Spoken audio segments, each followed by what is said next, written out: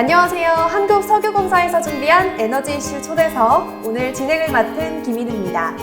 이번 시간 초대석 주인공 공주대학교 권희균 교수님을 소개합니다. 안녕하세요. 네, 안녕하세요. 한국 CCUS 추진단장을 맡고 있는 공주대학교 권희균 교수입니다. 네, 교수님 반갑습니다. 오늘 어떤 이야기를 해주실 건가요? 오늘 탄소 중립 그리고 온실가스 감축에 대해서 이야기해보면 어떨까요? 좋습니다. 요즘 탄소 중립하면 어디에서나 좀 볼 수 있는 그런 익숙한 단어인데 그 의미가 좀 잘 와닿지 않는 분들도 계실 것 같아요. 네. 우리가 왜 탄소 배출을 줄여야 하는 건가요? 산업혁명 이후에 이산화탄소가 대기 중으로 많이 배출이 됐죠. 인간이 산업화하면서요. 그 이산화탄소 농도가 너무 높아져서 사실은 기후위기가 찾아오지 않았습니까? 그래서 그 기후위기를 위험을 좀 낮추고 그리고 지구가 살만한 지구를 유지하기 위해서 온실가스 감축을 해야 되는 상황이죠. 그렇군요. 제가 한 2, 3년 전쯤에 우리나라 국민 1인당 연간 탄소 배출량이 14톤이라는 기사를 보고 네. 좀 깜짝 놀랐던 기억이 나는데요.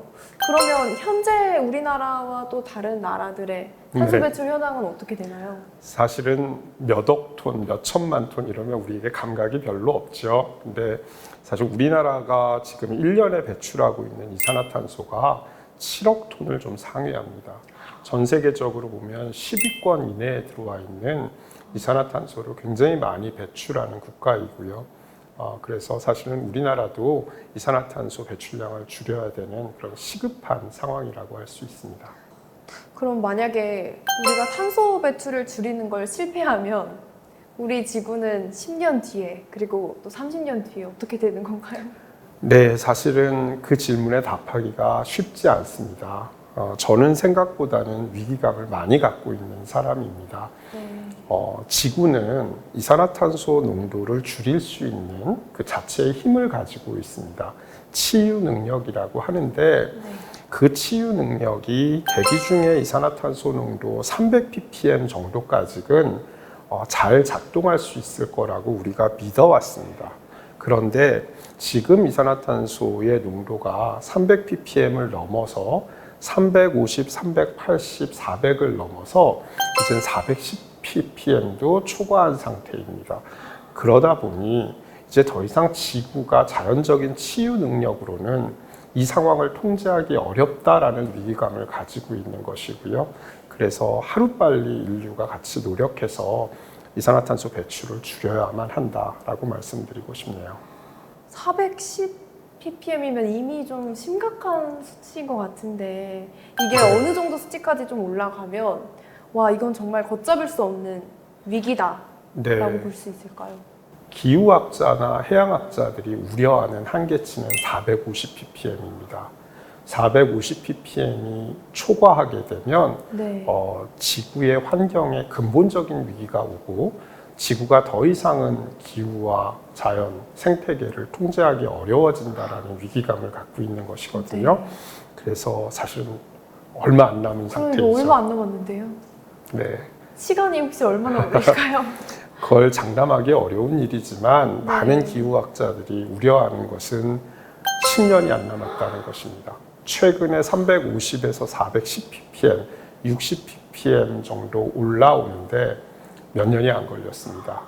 지금 우리가 410에서 450이 되는데 몇 년 안 남았다라는 그런 위기감을 가지고 있는 것이고요. 걱정스럽습니다. 네, 진짜 이 탄소 배출 감축이 정말 인류의 생존과 관련된 심각한 문제라고 좀 와닿는 것 같은데요. 그러면 교수님, 좀 이 탄소 배출을 공격적으로 감소시킬 수 있는 방법이 없을까요? 모든 산업 분야에서 이산화탄소 배출을 줄이고자 하는 노력이 필요할 텐데요. 공격적이라는 표현 혹은 필수 불가결한 그런 기술들의 측면에서 불가피하게 배출되는 이산화탄소마저 줄일 수 있는 기술이 무엇이 있다라고 얘기를 한다면 흡수원 강화와 CCUS 기술이 있다 정도를 이야기하고 싶네요. CCUS 기술이라는 건 저한테 굉장히 좀 생소한 단어인데 혹시 어떤 단어의 약자인가요? 네.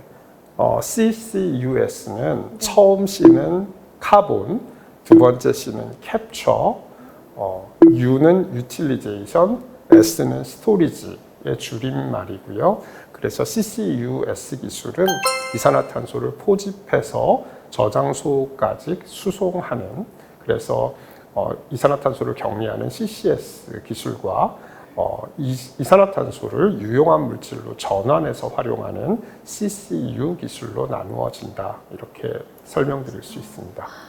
그러면 이 기술은 도대체 왜 필요한 거고 또 어떻게 하는 건지 좀 간략하게 설명 부탁드립니다. 네, 화석연료 사용은 2050년, 2060년까지도 계속될 걸로 예측됩니다. 그래서 그렇게 화석연료를 사용하면서 나오는 이산화탄소는 불가피하게 나올 수밖에 없는 거죠. 앞으로 중요한 시기 동안에. 그래서 그 이산화탄소를 포집해서 땅 속에 저장함으로써 영구히 대기로 돌아오지 않도록, 대기 중으로 누출되지 혹은 배출되지 않도록 하는 기술이 필요한 것이고요.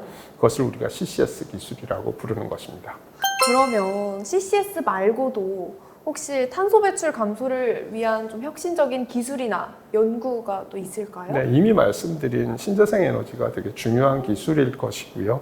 그 신재생 에너지 외에도 에너지 효율을 높이는 효율 향상 기술, 에너지를 저장하는 기술, 그리고 수소 사회로 전환되면 아무래도 화석연료 사용량이 줄게 됩니다. 그러한 기술들도 분명히 매우 중요한 탄소 중립 기술이라고 할 수 있습니다.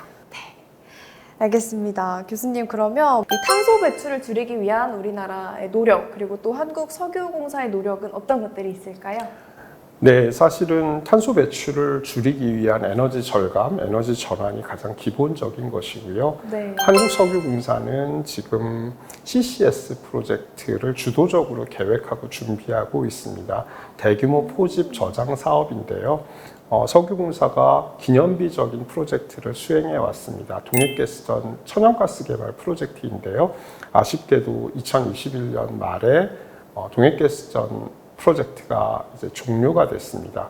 그 천연가스를 생산한 저류층을 활용해서 대규모 CO2를 저장해서 온실가스 감축에 실질적으로 기여하고자 하는 프로젝트를 준비하고 있는 것이죠. 그러한 석유공사의 노력이 우리나라 CCS 온실가스 감축 계획을 실현하는 데 충분히 기여할 수 있을 거로 생각을 합니다. 네, 그러면 이제 마지막으로 좀 한 문장으로 정리를 해볼까 하는데요. 피할 수 없는 탄소 배출, 줄일 수 있다, 없다? 당연히 있습니다. 네, 있나요? 사실 말씀드린 것처럼 산업계의 노력, 국가의 노력, 개인의 노력이 병행되면 탄소 중립 실현할 수 있을 거고요. 그런 기회가 계속 확대될 거라고 믿고 있습니다. 네, 알겠습니다. 오늘 교수님과 이야기하다 보니까 시간 가는 줄 모르게 이렇게 달려왔는데요. 다음 시간에는 저희가 교수님과 함께 조금 전에 소개해 주셨던 CCS 프로젝트에 대해서 조금 더 자세하게 이야기 나눠보도록 하려고 합니다. 여러분, 다음 영상도 많이 기대해 주시고요. 지금까지 한국석유공사에서 준비한 에너지 이슈 초대석 권희균 교수님과 함께 탄소 배출에 대해서 이야기 나눠봤습니다. 감사합니다. 감사합니다.